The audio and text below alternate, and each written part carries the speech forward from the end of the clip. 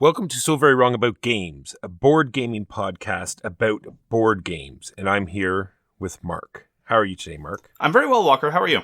Always good. And like you said, my name is Walker. We are going to talk about the game we reviewed exactly 1 year ago. Then we're going to talk about the games we played this week. Then we're going to talk about the news and why it doesn't matter. And then on to the topic of the week, which is Leave My Sand Castle Alone, you bully. Or in more normal terms, multiplayer solitaire. But first, before we get into any of that, we would just like to once again thank everyone very sincerely who participated in any way in our live stream last Saturday to raise money in support of Food Banks Canada. We're very, very pleased that we can say that the final total raised from Swaggers was $1,338. We're very pleased with that result. We had a tentative goal of $500. We kind of blew past that, and then we had another goal of $1,000, and then we blew past that. So it's really, really great. Thanks, of course, to the people who participated in the stream, Efka and Elaine from No Pun Included, as well as Mark, Nealon, and Kellen from Board Game Barrage. We laughed, we played the crew, we were able to give away copies of the crew Mission Deep Sea from Cosmos. Thank you very much for their support as well. Did we play the crew, though? Did we really? It was very useful to be able to demonstrate to the rest of the world, board game streamers, they're just like us. We played Well, this is what I'm worried about, because we said we don't have any affiliation with any producers or distributors, but it's very clear that we've been paid off. Like Cosmo said, we need players to know how not to play the crew. And boy, did we jump at that bit and show exactly how that's not to be done. There are so many Watch It Played videos online. I think we could pioneer our own Watch It Not Played videos where we played the game correctly by the rules, but we mess it up so badly because we're a bunch of goobers. It was nice to have company. If it was just us, that would be bad, but it was good to have some company in the suffering. It's so true. Look, I learned a lot, not just about the crew. I learned from Efka that Gaslands isn't real life. I learned from Elaine that nobody thinks my jokes are funny. I think these are two very valuable lessons that I think my parents ought to have taught me earlier on. It's a shame. You'd think you'd take your father's disappointing looks as hints around these things, but maybe he should have been more clear. I just took it as sarcasm. Now on to the Eurus, which is Posthuman Saga. Boy, have we played this a lot. So there's been an expansion to Posthuman Saga, which I keep meaning to get around to trying, because the designer Gordon Calleja has a lot of interesting ideas, and I like a lot of his design work. I just didn't really feel like it came together in Posthuman Saga, and I found it a very frustrating, unsatisfying experience. And I keep hoping that the additional modules that he's designed, which he was very kind to send to us, will improve on the base experience. And what happened was, he sent it to us, I got it, and then I left town. So unfortunately, it's going to have to wait a little bit longer, and then I will actually go back to Posthuman Saga. But other than that, no, I have not gone back to it. I remember that it did have a lot of ideas. I remember it being very long. I remember some of it was very luck-driven. I think when you were flipping up tiles and who got certain tiles, if I remember correctly.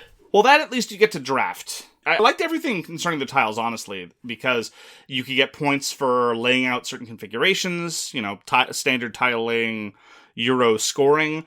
I liked the idea of having some sort of adventure element interface with that Euro tile laying, but I didn't like the adventure elements, and I didn't think the interface quite came together. But that was Posthuman Saga by Gordon Calleja. Now on to the games we played this week. Mark, what did you get around to this week? I played the new edition of Galaxy Trucker. Galaxy Trucker was first put out over 10 years ago by Vlaada, Chvátil and Czech Games Edition, and it has now been reissued in 2021. If you read the box text and all of the copy surrounding the new edition of Galaxy Trucker, the words family game keep getting uttered over and over again. And when I initially saw this, I'm like, did they really change the game that much? Because I adore Galaxy Trucker. It's one of my favorite games.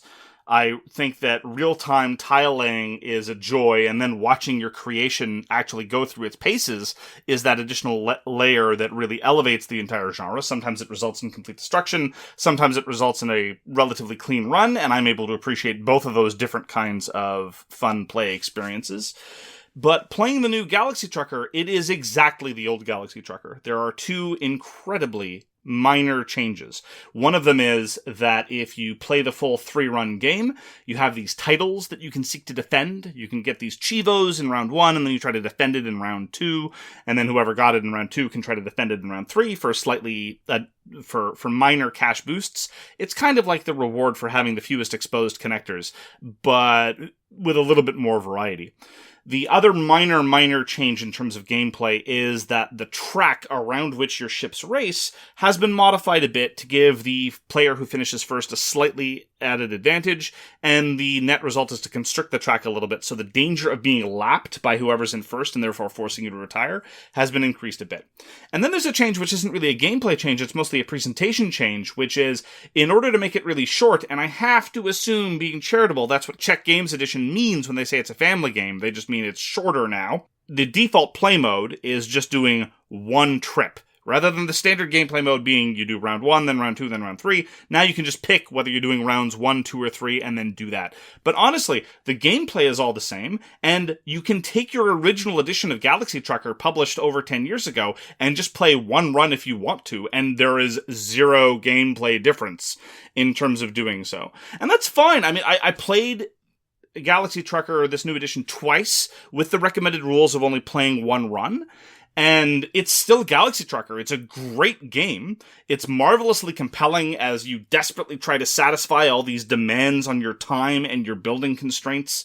And there are different ways to play it because some people approach it very, very differently. I always go very crew heavy, and I don't care about how many exposed connectors I have, and I usually benefit from that and pay for that in equal measure.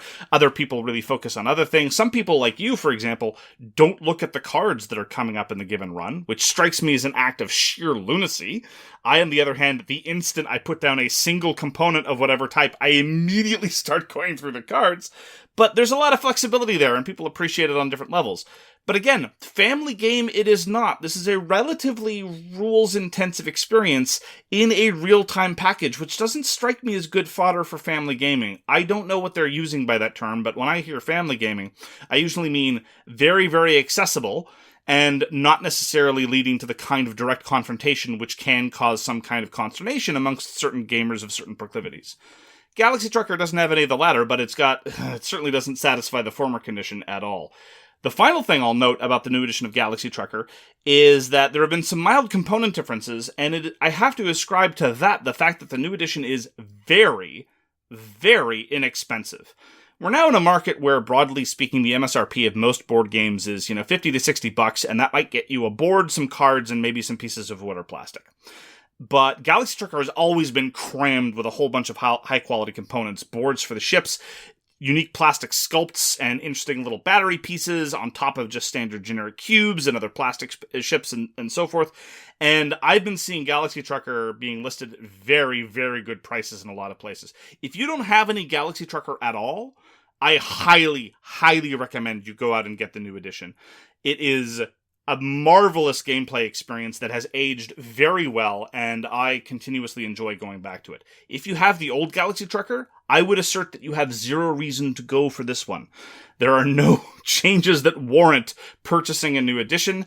I don't know if this is going to bifurcate the expansion plans, because if they plan on releasing any of the old expansion material, then it's not going to be compatible with the old editions because the new tiles are slightly smaller, and so it's not backwards compatible at all. I'm all in on the previous edition. I have both big expansions as well as the collector's box, and that is indeed how I like to play, with just everything thrown in, like a massive kitchen sink, and the more experienced players taking on additional handicaps with some of the alternate ship layouts, etc., etc. Anyway, Galaxy Trucker is a large universe, but the current new edition is a lovely entry point for those that have never gotten into it. I don't know if there are plans for the expansion, but I would at least warn you, don't be fooled into thinking it's a family game. It may be now a 30-minute experience because you're only doing one run, but it's relatively rules intensive, and there are lots of little tricky corner cases, and it very frequently involves catastrophic failure. And again, that's not the kind of thing that I associate with family gaming. So that's my experience with the new edition of Galaxy Trucker. So it doesn't include any of the expansions whatsoever? If you go follow a QR code, there is an online digital-only version of Rough Road Ahead. That is it. Gotcha. And did you play the app at all? I'm just wondering if any the app stuff got integrated into Like some of the changes might have been from the app. Some of the app stuff got integrated into the previous cycle of Galaxy Trucker via the missions expansion. I have played the missions expansion. It's awfully cool. I have not played the app version. I own it, but I bought it back when I thought that I would be willing to use my phone as a gaming device, and for some reason I have an odd mental block precluding me from being able to do that. And that's Galaxy Trucker. We got to play Barrage. Love Barrage. This is put out by Cranio Creations. This is a game where you're blocking streams of water and running them through hydro dams. And you're stealing water from other players, I guess you can say, or stopping them from getting water and using your own dams, or you're funneling away their water, or because you can only use water that's stopped on your dam, and no one else can use that water, and you could only run water through your power stations, but you can use anyone's sort of water conduit, like where the water flows, like the pipes they flow through. So there's this cool inner working of stealing position and manipulating the water, and this is all on top of a very interesting resource system where when you build buildings you have to pay the resources and they go on this wheel and you turn the wheel, and there's some action spaces that let you turn the wheel more. You want this wheel to turn because you don't get these resources back until it goes all the way around. Not only do you not get the resources back, but you also put the type of building you're building on there, and you can't build that type again either until it falls off as well, because you have one tile for each type of building. And then on top of this, there's tech that you can get that let you build the same building again, but also maybe will let you turn it more or make it cheaper, or all sorts of special abilities, unique abilities for every faction as well. Just an all-around great game. Definitely, I think, in my top 10. I wish I could play Barrage more. It is a lovely experience, as you say. Coming from Quebec, though, I can assert, it makes less sense to steal someone's water than it does to just bind them to a long-term contract where you steal their power at the end of it. That's just more efficient. It's true. And we know it's true because we've seen it work in practice. I personally harbor great love for Newfoundland. I feel bad about what my province has done to them. And that is Barrage by Cranio Creations. I got to play more Ankh Gods of Egypt. And, oh my goodness, so much game in a large box, but so much game in a box. Played 4 players, got to experience the merge again. Unfortunately, the full dynamics of the merge didn't get to manifest because the game ended very shortly after the merge because one player was basically running away with it.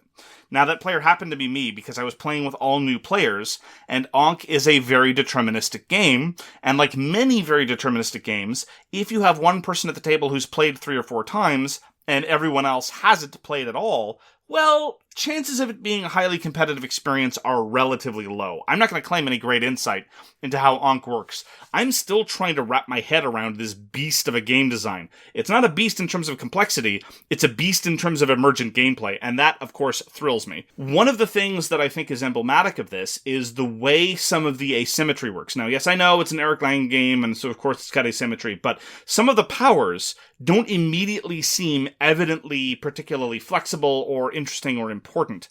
But I have been proven wrong in almost all cases. I chose to play as Horus exclusively because I find the Horus mini amazing. It's a giant hawk-headed guy with massive wings holding 2 badass spears. Looks great. And his power, though, didn't strike me as particularly useful. The way his power works is at the start of a battle sequence, you can pre-designate 2 provinces, and in those 2 provinces, when the fight starts, you can name a particular battle card, and nobody, including yourself, gets to play that battle card. And that's I didn't necessarily see the advantage. Upon playing, I immediately started seeing the possibilities, and they delighted me. For example, if you're in a province and you don't really care about winning the fight, but on the other hand, you happen to notice that you have more infrastructure there and other people don't, well, you can just prevent anyone from building there, and then you get to maintain your dominance in that province in terms of building. You don't care whether you win the fight or not, you just want the building state to stay the same, and so you stipulate that nobody can build. On the other hand, if you have a slight battle advantage, you can just stipulate that nobody gets to play chariots, chariots being the incredibly powerful military card, but if you already have have the advantage, you can just keep that advantage.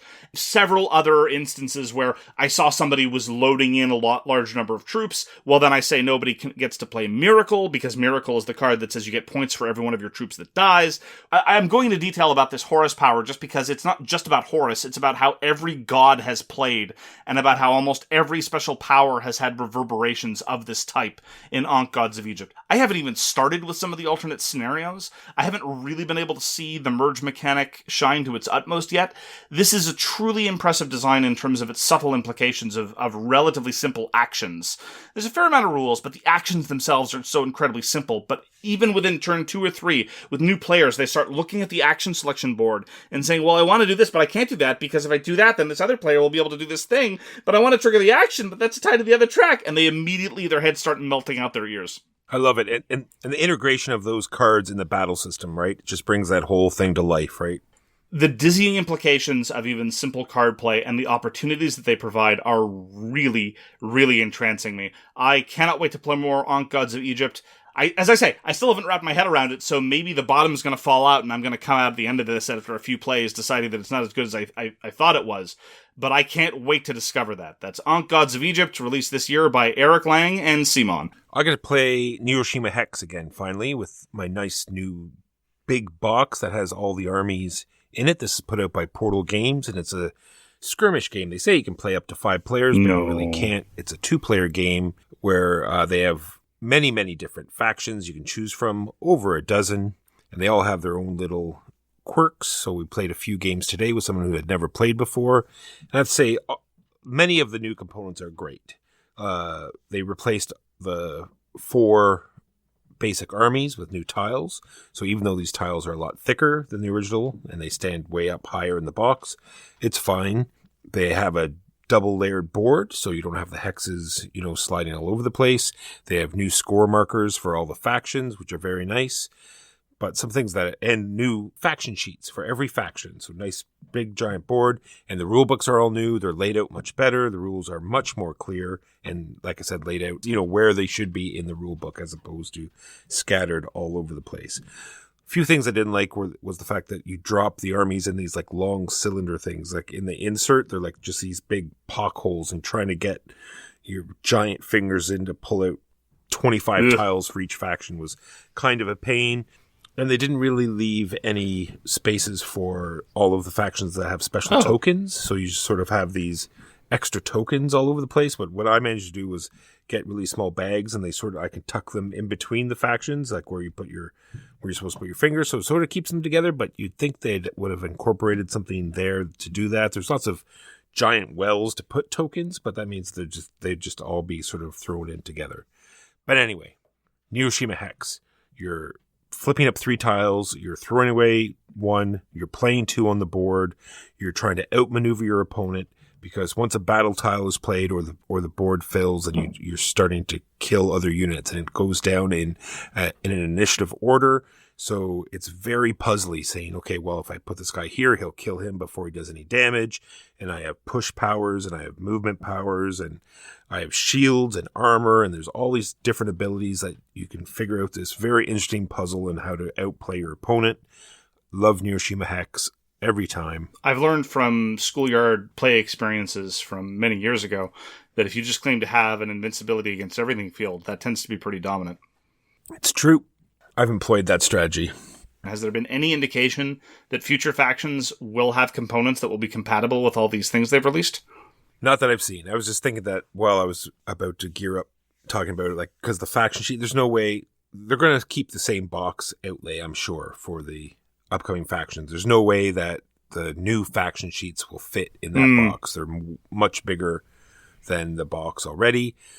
I'm hoping that there'll be a plastic score marker in all the new factions, so at least they'll match everything else. But like I said, there's no room in the box to put the tiles. So, well, they've been pretty good with promos. Maybe we can be optimistic and hope that there will be promo versions of the new sheets for people with the collector version. True. Yeah, like we've seen with 51st State, they will supply. They're more than happy to do fan-based stuff. So that's nice. And that is Neuroshima Hex by Portal Games. On the topic of revealing 3 things and playing 2 of them, I got to play a web-published game called Towering Dice. This was submitted to the Ludum Dare 49 competition. This is where people design a game over the course of a 72-hour weekend and submit it to a competition. Mostly digital games, but some analog board games. And this was designed by a friend of mine by the name of marcmagus, so personal disclosure. And all that it requires is a bunch of dice. So I took all the dice from One Deck Dungeon and got to playing. I can explain to you the rules because it's that simple. You roll 3 dice, you place any 2 of them, wash, rinse, repeat. And the goal is to make as tall a stack of dice as possible. The rub is that you can put any die you want on the table. But if you want to put a die on top of another die, it must cover exactly as many pips as the die is showing. Want to place a 5 on top of other dice? Well, it's got to cover 5 pips. As a result, you have this weird interplay between the die values and your spatial requirements because the goal of the game is to get as tall a tower as possible for as long as possible before the thing topples and or you run out of dice. And just the subtle intricacies of nudging a die over or twisting it so it'll cover more pips or wondering about how on earth you're going to get the necessary lattice work to get higher up. I found it really clever and cute. I thought it was definitely worth the time and effort involved in playing it, which is to say hardly at all. And if you have the components readily available as I did, it's available on the web. If you look for the Ludum Dare website for Towering Dice, you'll find it. The theme of Ludum Dare 49 was unstable, and this game definitely meets the criterion. I think next time when I might try dice that are slightly bigger than the dice for One Deck Dungeon. I think I was playing on hard mode because they are very, very tiny dice and very, very rounded. And as a result, the margin for error was practically 0. But I really enjoyed it. I'm finding that this has been a week of mild revelations about stacking. More on this later. And I really enjoy someone taking something so primordial as putting the thing on top of the other thing, which, most of us have been doing all our lives, and finding new ways to gamify those interactions rather than just the straightforward way of making things as stable as possible. And so I had a great deal of fun with Towering Dice, and I'll probably play it again. You can grab some casino dice, and then you can measure your victory in feet. I think casino dice would be easy mode. Yes. I got to play a Kickstarter game that was just fulfilled. Not fulfilled to me, but fulfilled to Warm Boy. It is called Streets, and this is designed by Haakon Gaarder and put out by Sinister Fish Games. I don't trust that fish. I know, right? It's very sinister. Never did. Looking. So what you're doing in Streets is you're playing these streets. Surprising, right? Slow down. You're creating these roads, and they can only be 5. They can be 5 or less tiles long. So when you put a street on one of the ends, like turning in, it means you're starting another street and or capping one of the ends of one of the streets that are out there. And when you place a street, you're going to populate it with some people that it says on the tile. And when the street finally gets blocked on both ends, you're going to score that street. And scoring it could be all sorts of things. Because when you place a tile, you put one of your little signs on it to show that you placed that street. So it could be how many blue meeples are on the street or yellow ones or how many symbols are on the street or all sorts of different ways to score it. Wait, these people are just hanging out in the middle of the street? They're just hanging out there. Not for long, What are we teaching our children? No wonder this fish is so sinister. So that part of the game is interesting, but now the people start moving. I don't want to say fiddly, but this is where it gets a little awkward. So once you score the street, all these people have to leave. They're tired of that street. They've been to those restaurants. They've seen that museum. Now they want to go to a new street. So this is dependent on the person that finally capped it. They get to move all of the people off the street. And the yellow meeples have to go to the yellow buildings and the red meeples to the red buildings. But seeing as you're the one that's moving them, and when you score, you also get a point for every meeple that's on your building, you're just going to shuffle them all off onto your buildings. And then suddenly you have the street that's heavily populated with tons of meeples, and then it scores, plus all the meeples that were there already. So you just have like this. I really think this should have been a zombie-themed game. Sounds like I was about to say. Start having these hordes of meeples like rampaging across the city into these closed streets. I'm just wondering, maybe it was like a riot or something. Maybe, they, they mall shop there and they clear out that building and they're off to another one. Anyway, the scoring of the buildings, the placing of the buildings, all of that was very interesting. But this weird manipulating the the meeples around. I don't know why I didn't, shine to it, because, you can control it. You can start making the streets smaller so they're not so many are moving around, or if you see someone that has a bunch of them under their control, you can make sure you close the next one to, move them away. But I'd gladly give it another try, but wasn't overly fond of it. This is Streets. I played a game called Draftosaurus, which was designed by a small army of very talented individuals. Antoine Bauza, Corentin Lebrat, Ludovic Maublanc, and Théo Rivière, many of whom have done things that we're big fans of, particularly Antoine Bauza, who's definitely one of our favorite European designers. And Draftosaurus is indeed, as it indicates, a drafting game, but basically it's a roll and write game, effectively. Because what you have is a pool of dinosaurs, and someone's going to roll a die.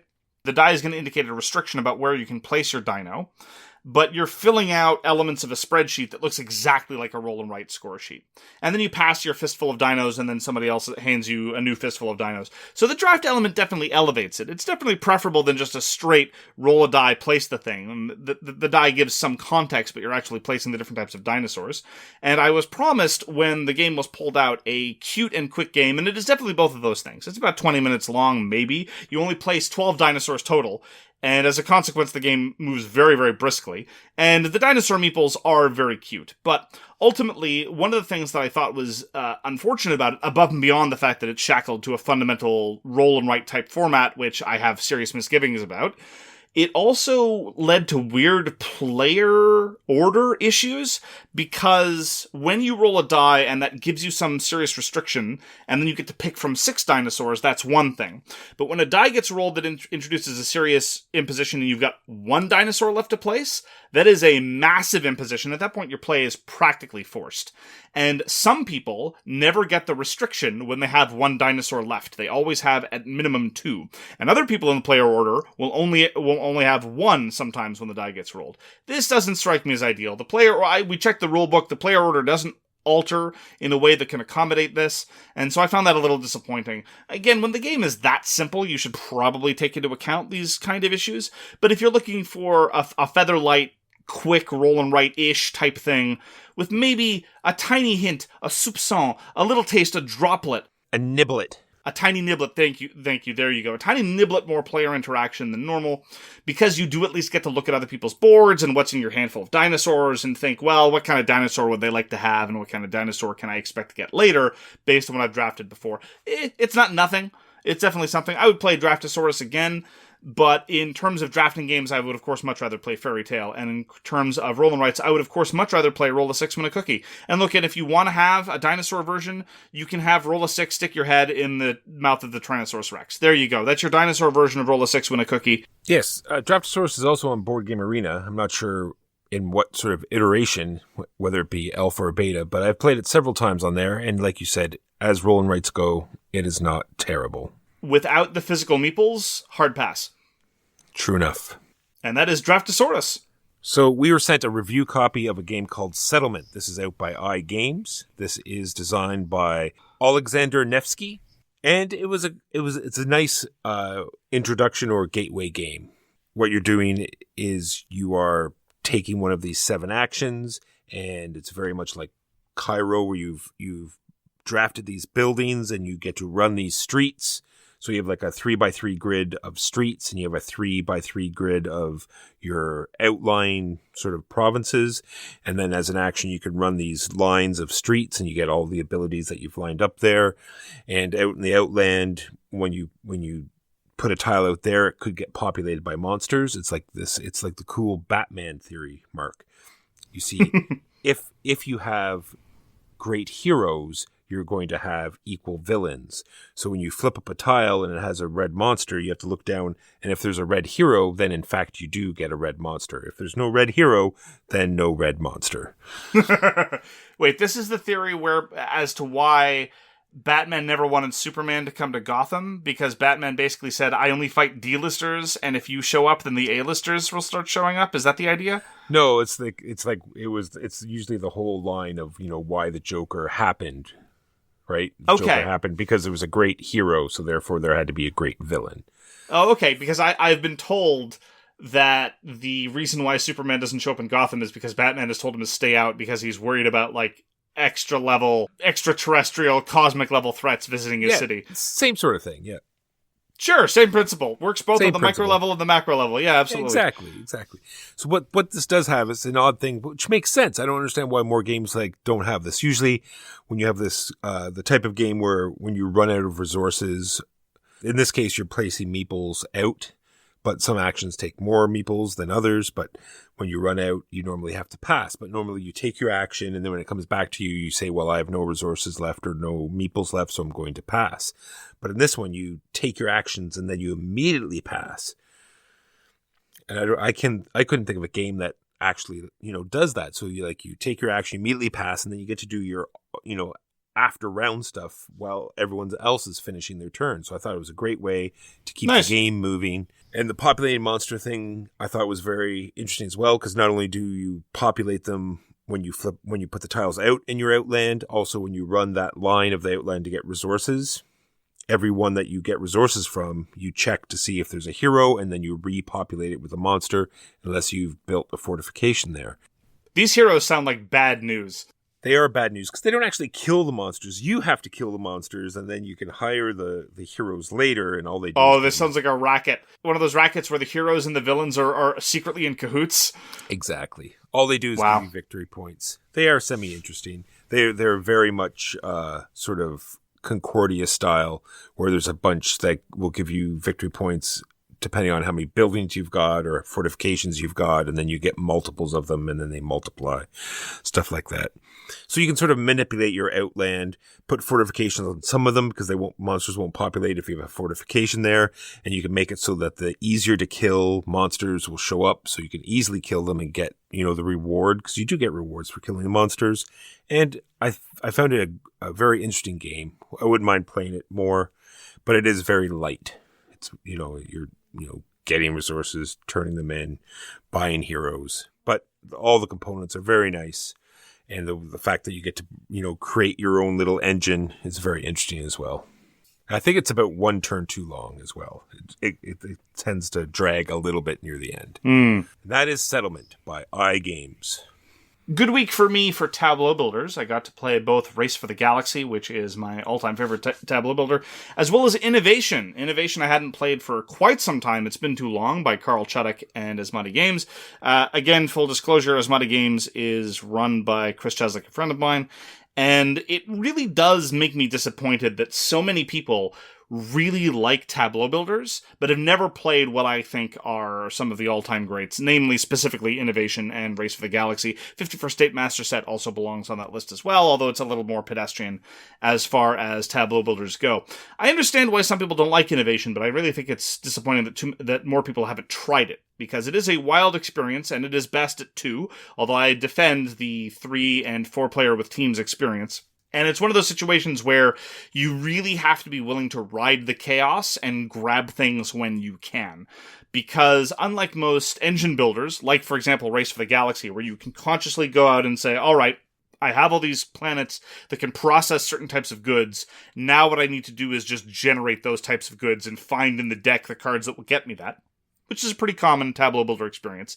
In Innovation, you can't really approach things in that way. You can't really expect to generate a certain point-generating engine on the strength of cards that you're going to get. Instead, what you have to do is just accept that a lot of things are going to happen, and you need to be able to adapt to the changing circumstances. And sometimes you're going to have a point-scoring engine, sometimes you're going to have a theft engine, sometimes you're going to have none of them at all, and you're just going to have to prepare for the next stage of the game by splaying and getting more icons as best you can, which is actually most of the time what I do. When I play Innovation, I most of the time just go for it. I'm going to splay as many tableaus as I can, get as many icons that are visible, and just wait to seize my opportunity. But then again, I'm a Cosmic Encounter player, so that's probably my approach to many things in life. I thoroughly enjoy Innovation even when I'm getting stomped, because again, you have to accept that there's a certain degree of chaos, and there's just so many clever bits about the way player interaction works in a most positive manner, from the sharing element. If you have as many icons as somebody else when they trigger a power, you get to do that thing as well. Sometimes you're obliged to do that thing as well, and knowing when to trigger that can be very consequential, but at the cost of giving the opponent more card draw. Then there are demand effects, which are more punitive effects, which you are immune to if you have as many icons. Sometimes you should try to build towards working that icon deficiency. Sometimes you just suck it up in transition. It's a great game, and it is a shame, as I said, that more pedestrian deck builders have overshadowed it.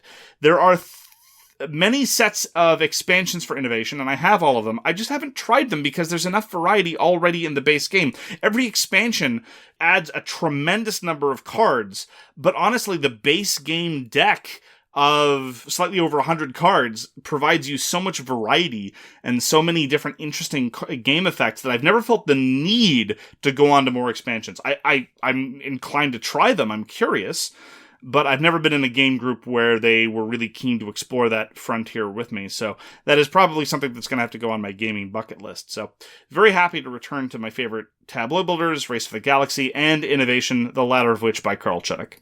I unfortunately had to speak with Kevin's family. You see, there was an accident on the job site. Kevin had fallen from a very high girder. And unfortunately, that boat that Kevin and his father were working on will not have a maiden voyage. I got to play Men at Work, Mark. And Men at Work, you're building this skyscraper with girders and beams and bricks and workmen, and you're balancing them in this like crazy network of pickup sticks / death trap. And it always leads to fantastic stories of the poor fatalities that happen on the work site. Thankfully, we didn't make it to the end game. That always falls apart in dexterity games like this, but because my opponents didn't know how to build. But other than that, always love Men at Work. The component quality is through the roof. Pretzel Games knows what they're doing when it comes to dexterity, meeple-like games. All the little workers have like little blue overalls and actual real hard hats. And you get to make very interesting looking... Interesting. How many times am I going to say interesting today? We should keep count. Make a little ding noise, Mark, every time I say interesting. Has this crane that goes in the center of the table and you can use it to balance beams on. Love playing Men at Work. I've never played with a crane. I would just like to note, for a legal disclaimer lest we get sued, when Walker said they are actual hard hats, what he means is they are little plastic toys, not actually approved hard hats. True. Do not use the hard hats from the Men at Work game when you go to work. Not OSHA approved. That would be a mistake, and people might laugh at you as well. Final game from me. I would encourage everyone to check the weather report in Perdition and whether or not your pork has taken flight, because I finally got For Science from Grey Fox Games. This was designed by R. Eric Royce, and once again, R. Eric Royce is a personal friend of mine. I never got to play For Science. I heard about For Science for years, Walker. Years. Living in and around Cambridge. People who'd been playtesting it. People who were involved in the final development work.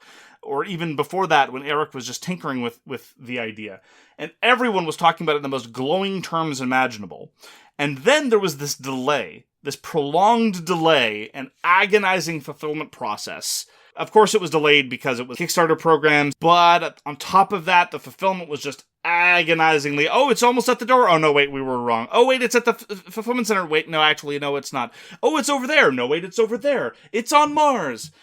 But finally, I have my copy of For Science. For Science is a real-time cooperative dexterity game, so in other words, it's one of the most niche products imaginable, and I am that niche. I am solidly in that niche. I like hobby games, I like real-time games, I like co-ops, and I like dexterity games.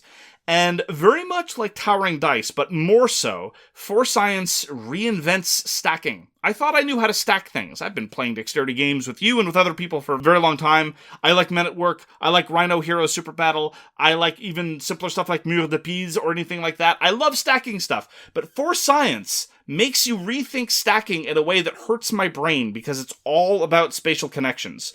In real time, what you're doing is you're trying to cure diseases, and the way you do that is you play all these design cards. Sometimes you have additional requirements instituted by those diseases, like the disease might say every design card has to have 3 objects on it, or every card has to have this kind of piece on it, or no card can have this kind of piece on it, what have you.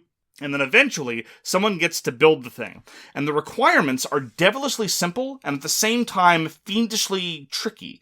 Because the design cards, in conjunction with various other game constraints, will say that a given piece must touch the following things and not touch anything else.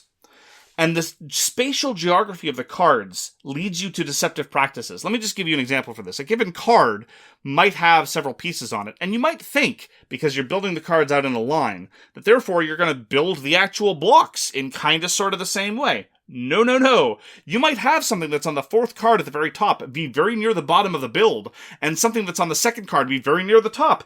And then you've been building this thing, and then you double check to see, and oh wait, those two pieces were supposed to touch. Oh well, better start again.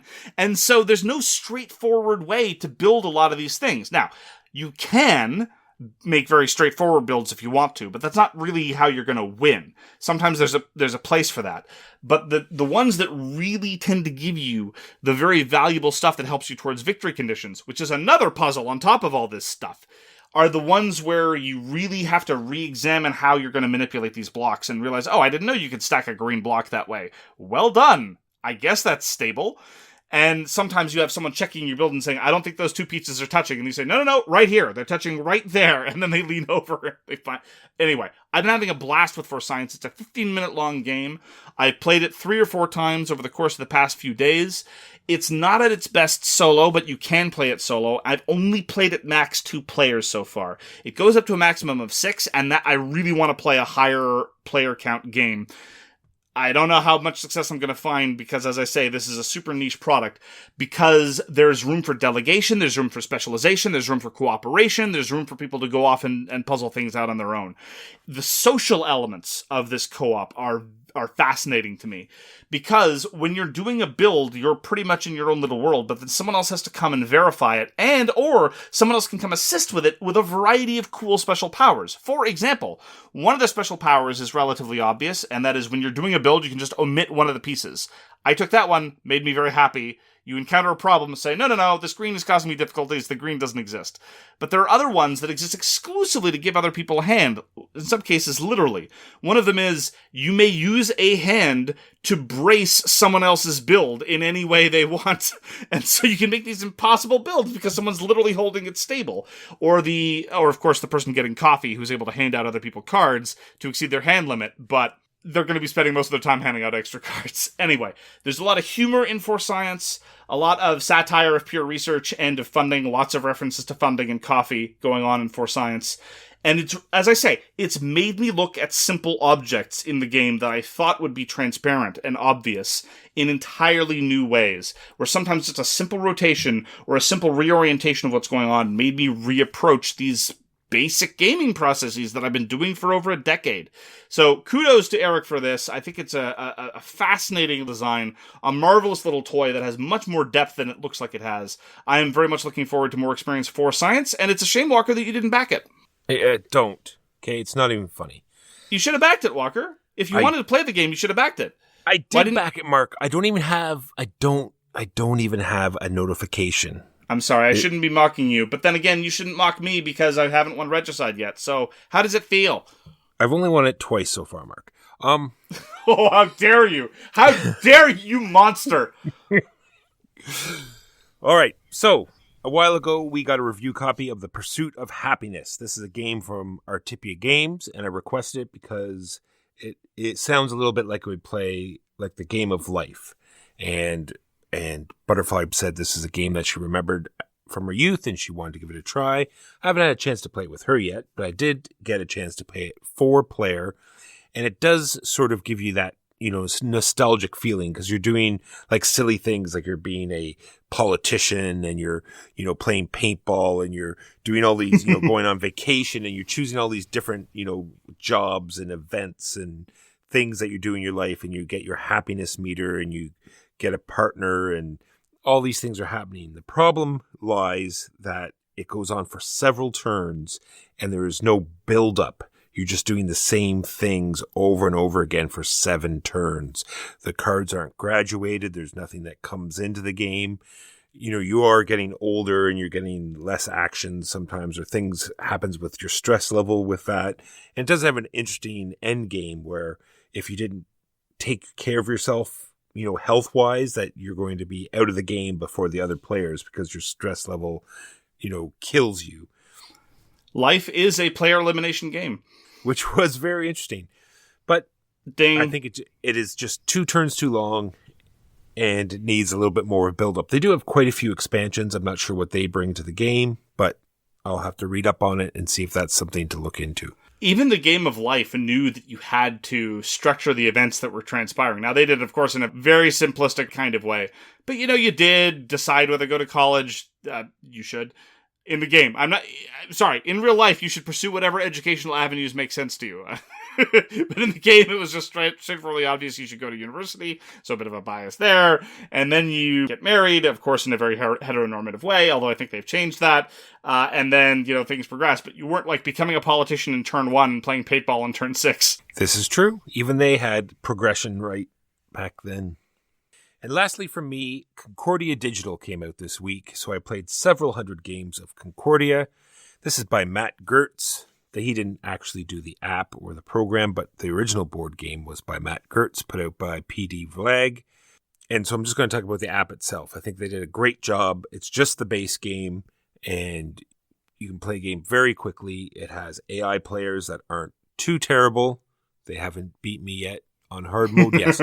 But still, they're not awful. It's been very close, and you can put them in multiplayer games. A lot of the problems I've seen so far with digital applications is that they'll have AI players if you play by yourself, but as soon as you go into an online lobby or something, then it's only real players. You can't add in AI players, but you can in this, which is great. Some of the things that are not great are the fact that as it cycles through the other players' turns, you don't have any idea whose turn it is. It doesn't highlight their name, or remember all these things I'm talking about could already be changed, or there could be a setting, but they haven't made that setting very visible to me, even though I've looked for how to fix these 2 things. And the last thing is the victory conditions on the cards. When you buy the cards, it'll tell you what the victory conditions are then, but as soon as you have them in your deck, then Bob's your uncle, on what they do. After you've purchased a card, the victory condition attached to the card is no longer visible? Correct. That's wild. You can bring up a menu on the side that'll say, Mars does this, Venus does that. It'll tell you what each card does, but it's not very overly, what cards you've got. When you compare it to the game where they've got this great, on the bottom of every card, exactly what you've got. Perfect. It doesn't have the same sort of connection in this game. That's too bad, because that, of course, is one of my frequent complaints about digital implementations, a sense of alienation from the components involved. Yeah, it's true. And you can change other nice part is you can do a live victory point tally where, it's constantly updated on how many victory points everyone has, which I thought was nice as well. And those are the games we played this week. Now on to the news and why it doesn't matter. Now, on the topic of digital implementations, Board Game Arena has Feast for Odin in alpha, and it is fantastic. Played a few games this week of that. No expansions for that included at the moment, but so far we had one glitch on our first game where it just didn't get to the victory points at the end, but the several games played afterwards, no problems, so that should be available very soon. Feast for Odin on Board Game Arena. On the topic of Board Game Arena, and this is one of the reasons actually why we're so loath to get involved formally with either platforms or publishers or distributors, because it always seems like we have the worst luck. The moment we plan to do anything minimal, even with somebody active in the board game industry, they then sometimes just step in it and do something we disapprove of. So Board Game Arena was indeed the venue for our Twitch fundraiser, but this was in the midst of Board Game Arena actively calling other competing online board game implementations like Yucata and Tabletopia and et al. Illegal in their chatbot. So it's perfectly reasonable, and I've seen this a lot of times, where in the chatbot, if somebody mentions a competing service, then an automated bot shows up and says, please don't discuss competitors in the context of our own platform. That part's fine. And if that had been the limit of their intervention, I would have had zero objections. It's their playground, they get to set the rules. But they had the chatbot repeatedly showing up and accusing specific platforms like Yucata.de and Tabletopia and other competitors as being illegally infringing on the rights of board games. And so a whole bunch of publishers who had specifically given the rights to these other platforms showed up and said, no, that's not true. What are you doing? This is libel. Why are you libeling these people that are your competitors? And for a long time, Board Game Arena just said, oh, well, it's a bug. We can't solve it. It's like, what are you talking about? This isn't a bug. This is because you've specifically decided that the text that your chatbot says is arguably libelous and wrong. Why are you lying about your competitors? Anyway, they fixed it. It took them days. After legions of complaints from people, both on their platform and elsewhere. So here's my pro tip. I'm not an expert on business. I don't really... I'm not in depth in these in environs. Don't accuse your competitors of doing illegal things when they're not. That's my take-home message. It's deep, Mark. That was deep. So I'm going to have a new segment for the news, Mark. One-time segment. It's going to be called Games Not Played This Week. Okay. This could be kind of long, don't you think? We did not play Sleeping Gods because it was voted to drop Sleeping Gods as our Sunday campaign. So there will be no more games of Sleeping Gods. Instead, we'll be playing Scion Tempora. So more news on Scion Tempora coming up. Cine? No, it's not Sione. I'm calling it Scion Tempora. Okay, I can call it what I want. All right, fine. I bought the game. I'll call it what I want. Oh, is that how it works? Like my father always said, it's the golden rule. He who has the gold makes the rules. Exactly. All right. Whatever makes you happy, Walker. On that news, I thought I've talked about your Penguin Mini already, but we've talked about it apparently on in only other recordings. It is just too cute, Mark. Watching these stretch goals come up and the art that this person has is fantastic and too cute to be real. This is Yura Penguin Mini. Many people have had comments about the spelling. This is Yura, which basically is Japanese for wobbly. So this is just Wobbling Penguin Mini. It can fit in your pocket, so you can play little mini Yura Penguin. Instabuy. There's some early news released on Twitter about Cole Wehrle's next collaboration with Later Games. It's going to be called Arcs. It is going to be a science fiction game. And unfortunately, it's going to still be a campaign game, but it's a return back to the campaign format that I'm actually a fan of, which is to say a small-ish number of short games, and you're expected to run several campaigns over the course of your playing experience with the game. So, again, early days, but Cole Wehrle says he anticipates that a campaign of Arcs will be 2 to 4 sessions of a 60 to 75 minute game. And I can get behind that. Certain exceptions notwithstanding, I'm interested in giving a try to Artisans of Splendid Vale because largely of my faith of the design and writing work of Nikki Valens. But other than that, I've been passing on these 20 to 40 session campaign games, hard pass, so long. And when I initially saw that Cole Wehrle was designing another campaign game, I'm not interested. But when I saw that it was science fiction, and I saw that it's intended to be very, very brief and self-contained, that I'm more interested in. And so, maybe with luck, this will be up in Kickstarter sometime over the course of the next year or so, sometime in 2022. But again, early days, who knows? That is Arcs from Cole Wehrle and Leader Games. So this week on Twitch, we played Streets and Settlement. This Saturday coming up, we're going to be playing Tidal Blades. So come and check that out with us. 10:30 Eastern on Twitch. Welcome to Naviri. And lastly, like we said last week, next week is Thanksgiving, so there will be no episode next week. We will see you in 2 weeks. And now, on to our topic, which is player interaction. Take it or leave it. No. It's multiplayer solitaire.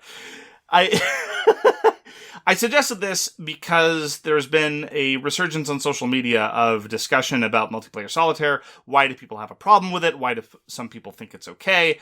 And I thought it would be a good idea to, at the very least, clarify our own thoughts about the shortcomings and or benefits of games that we label as multiplayer solitaire. And I also have some specific discussions of some games that do it better than others, at least as far as I'm concerned. So I have a definition of player interaction, Mark. You have oh wow, this is broad and bold. You have a definition of player interaction. I know, this is going to be great. I'm sure there'll be no comments whatsoever. Oh my goodness, I'm nervous already. Forcing players to rethink their strategy based on the input or lack thereof from other players. I don't know, man. I don't really engage with definitions the same way most people do. I define things by ostension. Philosophy training taught me that. And I think that player interaction is what my linguist friends would obnoxiously call semantically compositional. Namely, it just means what the words mean. It's just interaction of the players. But sure, we can tentatively adopt your definition for now. No, I agree. That's not really different. It's just something I came up with. Like you said, it's really up to the players of the group. And looking through a bunch of stuff, so many different people think it's so many different things. Because you could say that trying to beat someone for victory points is interacting with them, trying to get more victory points than them. Sure. Thereby, the definition of waiting until it's your turn because someone else is taking a turn is interaction. That you're absolutely right. If you want to press the definition, you absolutely get to a point where it's meaningless, and the only time that games become true multiplayer solitaire are instances where you're all playing simultaneously and nothing that you do can possibly interact with anyone else, up to and including, I don't know, those times when you start kicking me in the shins when you think that I'm making a move badly. So I think the major problem, with multiplayer solitaire is what we've seen in many things, because we've seen in co-op games and solo games, because the crux of these games lies in randomness. And if one player is overly lucky, then you're not able to gang up on them and crush them into the ground for being so lucky. Okay, well, I agree with you there. I have a couple caveats, though. I'm always nervous about games, and sometimes designers say this explicitly. It's like, yeah, sure, there might be vicissitudes of events or various other things that lead to one player getting an advantage, but this game is political in the sense that you should just gang up on that player. And it's like, well, that can just be an excuse for lazy design. And let's not also forget that there are lots of multiplayer solitaire games where there's precious little randomness. Sometimes, multiplayer solitaire is traditionally associated with the Euro design influence, and a lot of Euro games are minimal to no luck. So I agree with you that in some contexts, if there's not enough player interaction, it's too much multiplayer solitaire, and there's no ability to cooperate against somebody, that's a problem. But I think, and this is partially speaking for me and partially channeling what I think other people say, is that they feel that a multiplayer solitaire game is deficient also in a social experience. That it feels a little bit less like a shared social activity. That you're basically all collectively gathering together and then not saliently interacting with each other in quite the same way. Or at least your interaction is not being channeled through the game systems. Because I've seen lots of people say, well, of course, even if you're playing multiplayer solitaire together, that's obviously not the extent of your interaction. You should still be interacting with the people. And of course we do that. Like, we don't sit down when we play multiplayer solitaire games and cease to speak to each other. That's just not how we roll. But it does help to feel perhaps a little bit socially alienating when the shared activity doesn't feel quite so shared. And I think that's what a lot of people are getting at when they point to the social deficiencies or alleged social deficiencies for their group of multiplayer solitaire games. Well, I'm interested to see which games that you designate as single-player solitaire or multiplayer solitaire. The one I came up with mostly is Take It, as probably my favorite one, and that I think falls into this category, is Take It to the Limit. Sure. I think this is a great game. You flip a tile and everyone grabs that number and you sort of slide it onto your sheet. Very roll and write-ish type thing. Yeah, it's definitely one of the progenitors of the roll and write type of format. Absolutely. And so eventually everyone, it's not so much like Karuba took that and made it much more interactive with the other players because you could, take treasures before they did and stuff like that. But it's that sort of thing, because depending on where you place that tile, everyone's board is going to quickly change and be completely different than everybody else's board. I agree entirely that is perhaps the paradigmatic example of a multiplayer solitaire experience, the sort of group puzzles. Roll and writes are a classic example of this, where you have some sort of random inputs, and then everyone processes these random inputs in a way that is completely divorced from everybody else. Another example of this was Ricochet Robot. Anytime a game says you can play up to like 100 people, you know something's up. You know that probably there's not going to be a whole heck of a lot of interaction, with some exceptions. Ricochet Robot was a classic example of a game that I would throw me into conniptions of stress anytime I considered playing it, because it's a pure spatial puzzle that operates on thinking patterns that I'm completely incapable of.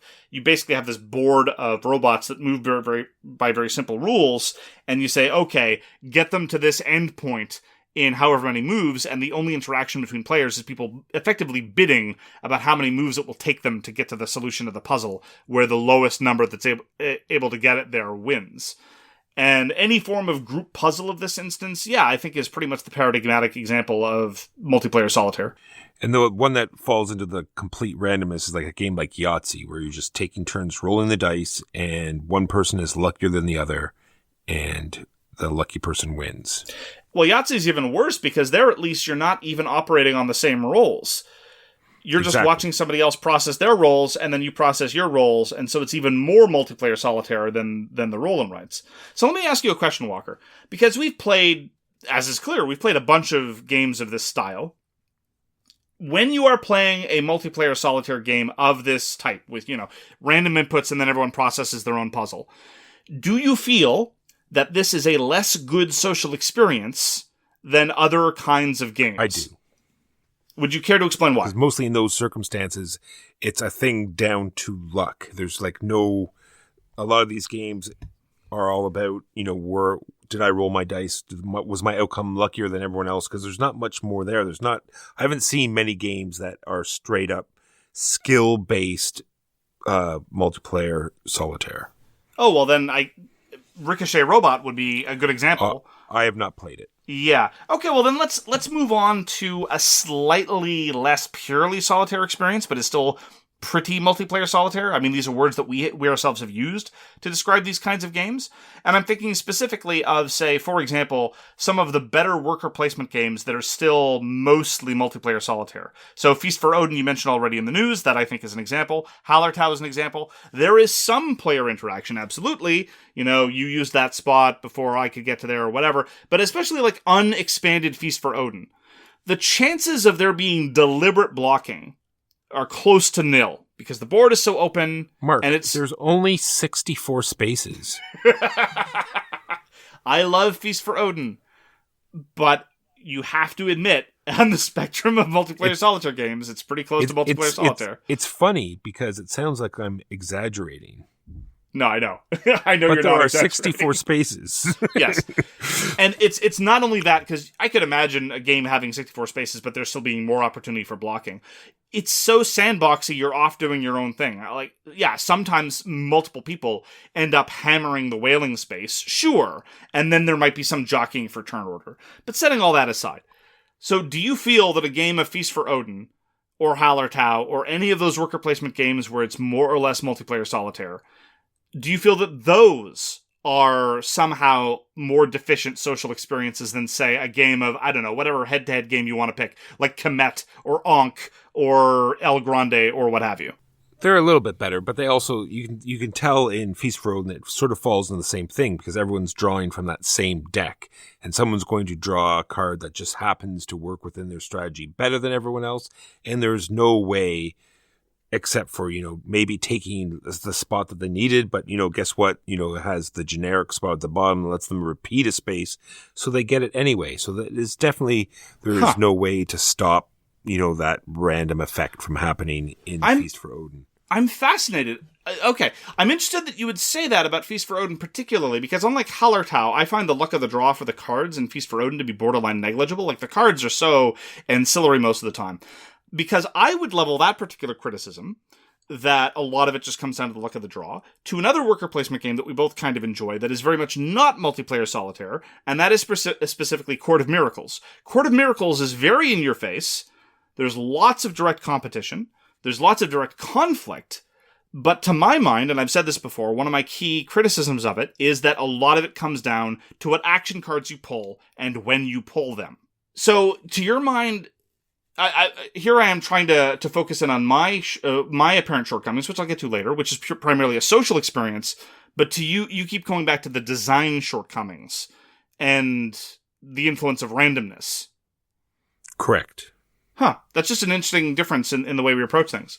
Because my chief misgivings about multiplayer solitaire games, which again can be overcome, a lot of these games I love, is I don't get to interact with the other people around the table in the same way that I would playing another game. When I'm playing a game of, even if I don't accept that it's as well designed, when I'm playing Court of Miracles, I'm engaged with people in a way that I'm not when playing A Feast for Odin. Yes, we're talking. Yes, we're joking. We're thrilling at other people's experiences. We get to commiserate over someone's bad die roll for a conquest event or what have you. Or I get to say, oh, that was a neat combo you pulled off in A Feast for Odin. But at the end of the day, you're there with your own board. And your own board is your own private little universe. And I don't really have much access to it. And so you're going to be dividing your attention between your private universe and the shared universe of the game that we inhabit.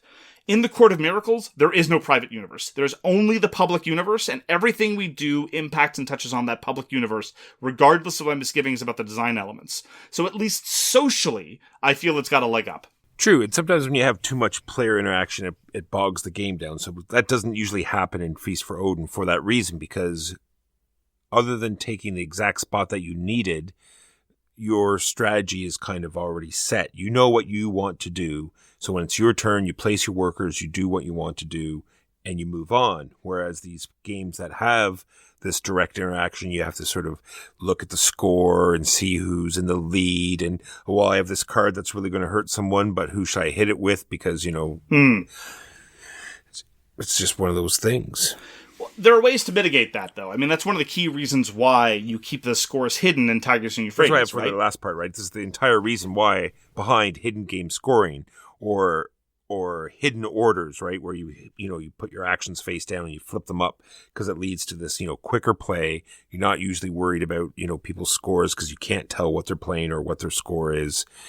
And it usually means unknown factors, like are they going to play that card, or do they want that card, or won't they play it, or do they have it, or, do they know what I want type thing. You sort of like bluff your way, oh, I don't really want that space anyway. And all of this stuff, works out in the end. And again, I think that these are less elements that fall out of the social factors and more just design failings. I've talked before, if you're going to have a highly interactive game with lots of targeted aggression, it should be relatively transparent to see who's winning. It shouldn't be the case where the absolute nightmare scenario of these instances, call it the Bunny Kingdom phenomenon, if you will, where there is a public scoreboard, so it looks like you know who's winning, but the overwhelming majority of the points are actually going to come from very difficult to calculate factors. And so you have to decide who to target, but then everyone starts whining about how, yeah, I've got 32 points now, but wait until you see what the final score is going to be. So don't pick on me, pick on JD instead. And that to me is not a social problem of high player interaction games, but rather just a degeneracy of some designs. Like, again, going back to even just purely confrontational games like Kemet, like El Grande, they don't have that issue because most of it is just transactional and it's not a question of spite or anything. So it's not a function of the interaction, it's a function of the design, I think. Yeah, I have that in here. I have it as may lead to table bullying, where it's like, well, if you don't do that thing, then they're going to win. Or I could have done it, but I didn't want to waste my turn doing it. Yeah, if you don't stop them, they're going to win. Yeah, I agree. It's definitely, and this is something that you're reminding me of. This is one of the things that really emphasizes that multiplayer solitaire, as a broad category, is very useful to have in your back pocket because some people really don't like playing highly interactive games, whether they're directly confrontational or not. They like that private universe. They like that level of planning, that level of confidence, that level of privacy, even while engaging in the shared experience, in very much the same way that other people don't. They want to be able to get in each other's faces. They don't feel like they're engaging in the same experience if they're not able to go and, as you say, kick over their sandcastle. Now, then, of course, that's a separate issue, which is entirely not germane to this conversation about what kicking over sandcastle is. I will once again repeat my favorite quote from Louis after playing El Grande, which was, "That was an interesting game. Shame there wasn't enough player interaction," which was really just the way of saying for Louis, the only kind of player interaction that I ever recognize is direct fighting. You get into some games that you might consider as Because when the combat is completely predetermined, or there's no dice rolling or anything, like could you say that Small World is a multiplayer solitaire game? Because when it's your turn, no one can actually do anything, and all the combat is predetermined. Oh, I see. I don't know that anyone would do that, but I see where you're coming from. Well, I think you're talking about whether or not there's any degree of reaction or how staged or how deterministic the interaction is.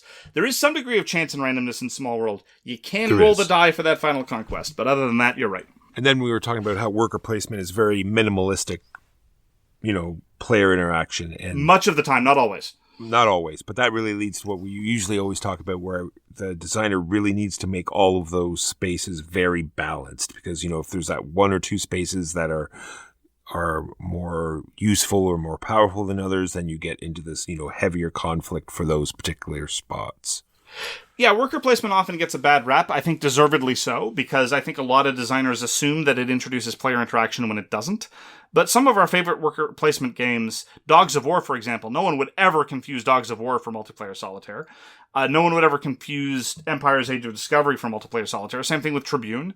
And that's, I think, one of the reasons why there are some of my favorite worker placement games, because they maintain that lovely Euro design element, and at the same time having that lovely Euro player interaction that I very much enjoy. And then there are also lots of other ways to introduce just a little smidgen, a nugget. What was the term that you used? Not a morsel, nugget. But a nugget. Yeah. Of player interaction. An example of this, to my mind, is Beyond the Sun.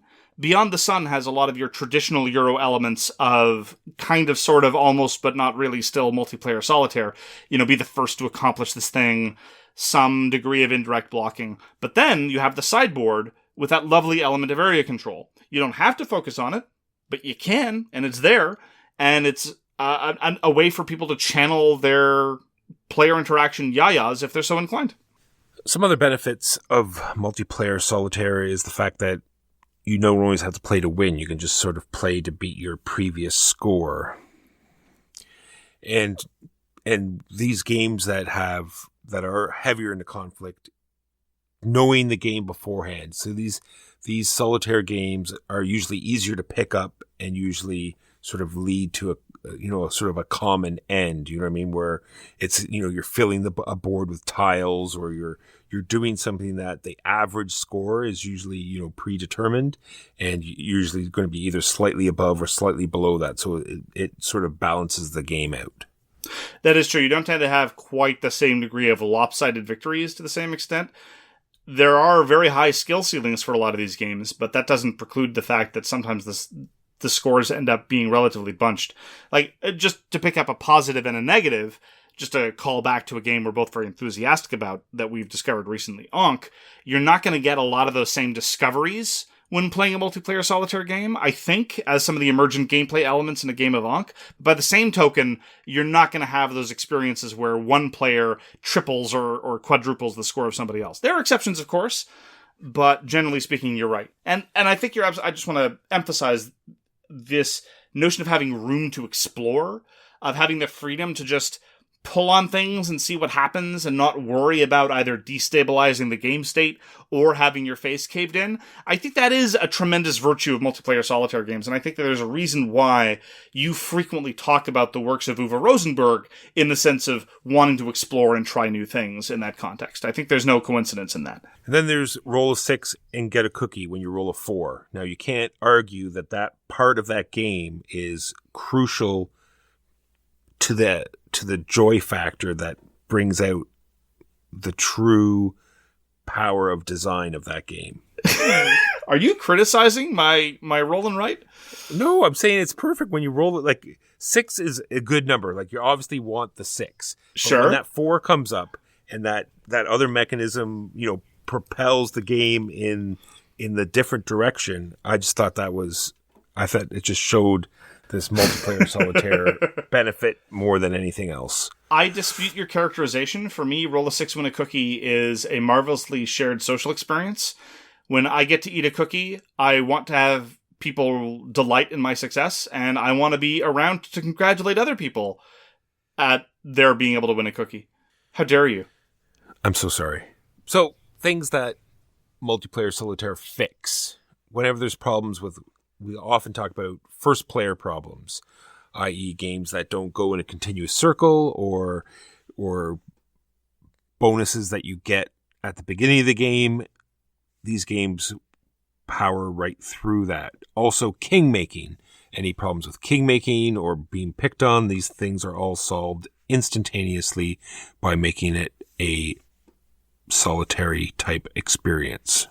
It's also one of the reasons why I think some people like co-ops so much, because regardless of how solitaire some of the mechanisms feel, it still feels like you're operating in the shared universe, even if that's sometimes illusory. An example I would give of this is Spirit Island. Sometimes in Spirit Island, especially the early turns, if there isn't a support spirit at the table, you're effectively playing multiplayer solitaire. You're off in your own boards, you're in your own corner of the board, you're manipulating your own power tracks and trying to figure out how to work your powers. And sometimes you can even get to the end game and not have substantial interaction between the different boards. It's rare, but it happens. Sometimes also, though, co-ops really drop the ball. I remember seeing someone complain on the Too Many Bones forum on Board Game Geek because one of the low duration bosses, the boss fight, consists of a series of one-on-one duels between the boss and various gearlocks in succession. And they objected very strongly. I mean, they used terms that they shouldn't have, like broken and things like that. That's not the point. The point is they wanted a shared cooperative experience where they were all inhabiting the same universe, and they objected to the end game being a series of one-on-one duels where the other players had no direct input. And I can respect that feeling of being kind of cheated by a certain set of expectations. Especially if you've gone the whole game sort of building this party where you play off of each other's weaknesses. Yes. And suddenly you're now separated and have to do your own thing. I can see where that would be a very shocking sort of outcome. Absolutely. But I think that highlights, this would be a good way to sort of sum up all my observations and thoughts about multiplayer solitaire. A lot of it is precisely about expectations. When people think of playing a board game together, how much work that together is and what that togetherness constitutes ends up influencing a lot of what people think as being good or bad games or what expectations they have. I mean, I'm thinking particularly of one of our mutual acquaintances, Dr. Handsome, and he objects to a lot of co-ops. And one of the reasons why he doesn't like co-ops is precisely because he wants to feel when he's playing a board game that he's competing against active human beings, or at least interacting with other human beings, rather than fighting against a cardboard adversary. And if you're playing a game like A Feast for Odin, if you're playing a game like Welcome to, which you shouldn't, or playing a game like Take It to the Limit, you are effectively playing against a cardboard adversary rather than against other people. Other people are going to have a score and you might feel better or worse, but ultimately it's the same deal. And when you're playing a co-op, sometimes you end up feeling similarly like you're just competing against a cardboard system. And that's not what some people want. And sometimes it also depends on how fun you make that cardboard opponent. Like in Feast for Odin, you're using these cool shapes to cover up your you're like 100 negative points off the beginning, and you're Tetrising up your board and you're upgrading stuff. See, upgrading always catches everyone. Like you're turning your Pokemon into something cooler. Bam, you've got them. So you're upgrading your shapes, and they just do, it keeps you engaged the whole time, right? And I think it's that kind of thing that makes Feast for Odin really good. I don't know if I'd put it in those terms. I mean, I too am very much engaged by Feast for Odin, and I find it a very satisfying puzzle.